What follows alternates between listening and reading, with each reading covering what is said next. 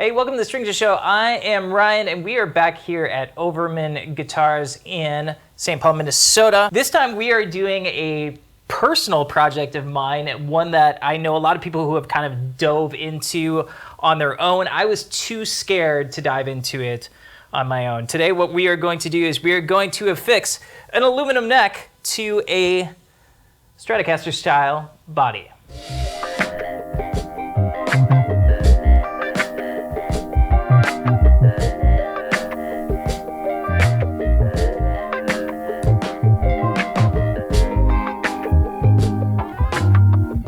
Okay, so we have this really cool scythe body right here. We're going to be matching this with an Aluminati neck.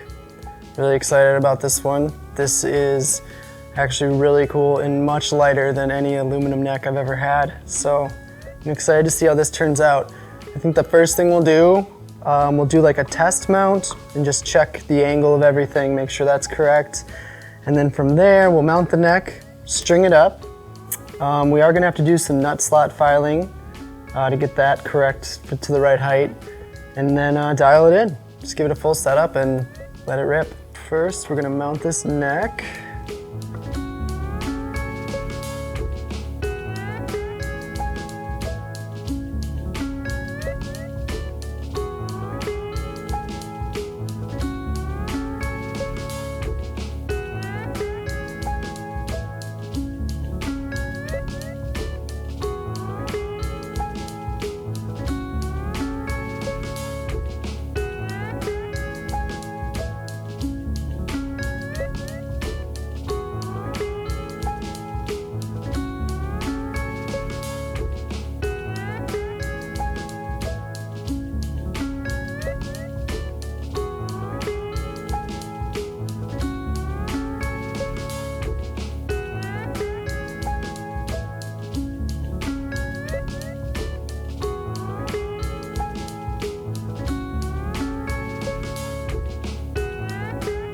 You're definitely gonna have to do your nut slot height because the slots are like at a factory height. So they're a little taller than you're gonna want them. But just your standard nut slotting files should be able to take those down without an issue. And right now with the neck mounted, it's actually looking pretty good. It's pretty centered. There's a little bit of play on either side of it in the body, but it's really stable with the machine screws and the plate, so I'm not concerned with that. I'm gonna just try to get it to tune and then start adjusting this down here to the correct height, and then I'm gonna work on those nut slots. Okay, so we will have to raise some height down here, which I expected because this is just set to, you know, basic radius factory. But yeah, nut slots need to come down. So I might do that first. Because if I were to do the nut slots, like if I set this to the correct height and then lower the nut slots, I'd have to raise this again. So I'll do the nut slots first.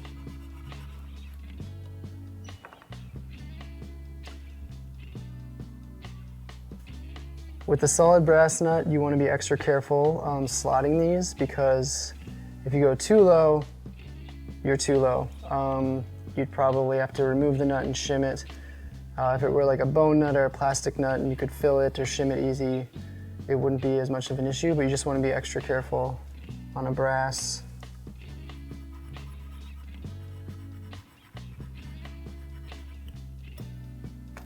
The other thing we'll have to do after this is filed to the correct height is run some abrasive cord or like a folded up piece of sandpaper through the channel just to ensure that there are no metal burrs from removing this material that could cause string breakage.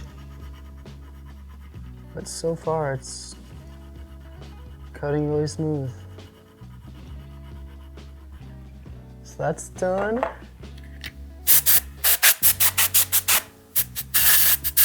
Now I'm going to just clean these channels out a little bit with some abrasive just to make sure there's nothing catching. If I rub my nail in there, I can feel it's a little sharp.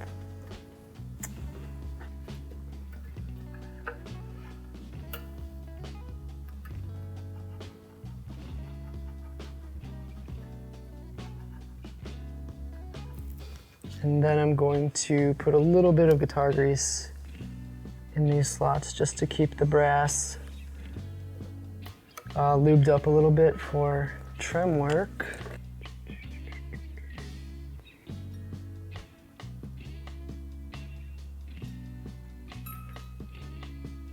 You don't necessarily have to use guitar grease, but if you're going to be using the trim at all, a little bit of lubrication isn't going to hurt anything. So these saddles are going to have to come up quite a bit, but you should have enough clearance.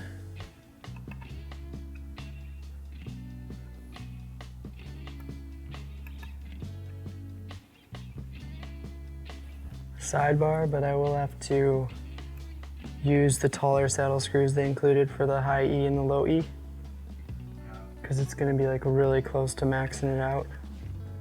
If I'm working on something that I know the saddles have to come up pretty high to get it dialed in, I will keep the string tension at like half step down or full step down, just so you're not, really getting into the territory of possibly breaking one by putting so much tension on it. Just a little quick tip, and it makes it easier to adjust the height on the saddle if it isn't at full tension and you have a ways to go. Okay.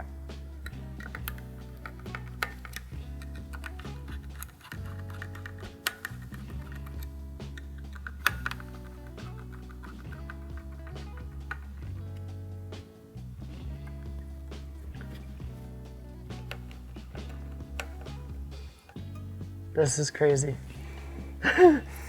It's crazy how just having a perfectly straight neck that does not move whatsoever and really good fretwork, you can get the action so much lower. 2/64 is that's a 32nd of an inch off the fret, and it's not fretting out, even when you bend. That is bonkers. I just feel like I need to do more work, because I'm just like, I'm just done. It's so refreshing. I don't have to do a fret rocker and like level and spot level. I brought this here because I thought that this was going to be harder to transplant than a regular neck. But Yeah. what you're saying is that in some respects it's a lot easier. Yeah. Because like you said, the neck is straight, the Yep. fretwork is good. Mm-hmm. So that's something that you would want to keep an eye out for if you were purchasing a neck, because you would want to know kind of how the fretwork is and stuff like that. Yeah. You Wait. want to look at the frets. Yeah. Absolutely. The most amount of time that you spent on it was the nut? Filing the nut slots. Yeah. But I mean, all in all, like we filmed it, so I know that it took 25 minutes for you to get that thing from not attached to playing perfectly. Yeah. It's crazy. So what's some advice for people who would be trying something like this at home? So trying to pair like a body and an aluminum neck? Yeah. Yeah. I think the main thing you'd want to make sure of is just like double check the depth on this, like the pocket depth of the body and then like the depth of the heel on the neck. Just make sure that, you have adjustment screws. If the neck is really tall, you're gonna need to like bring your saddle, up pretty high. That is one thing that at Seif, they actually included some extra longer saddle screws, and we ended up using them. Yeah. Yeah. But that turned out great. I would say just, make sure that you have a bridge or saddle screws with enough clearance in case this is just a touch too high. And yeah, conversely, if it's too low, make sure that you have a bridge that you can go low and then you're not, cutting up your hand on the remaining saddle screws. That would be kind of the main thing, other than the test run we did where I put the neck in the pocket and I just like kind of made sure that it looked centered and like the high E strings were, even on the board, the high E and the low E. But yeah, it's pretty straightforward. The main thing you're gonna have to do with, any factory nut is you're gonna have to file it down to the correct height. But other than that, this was pretty simple.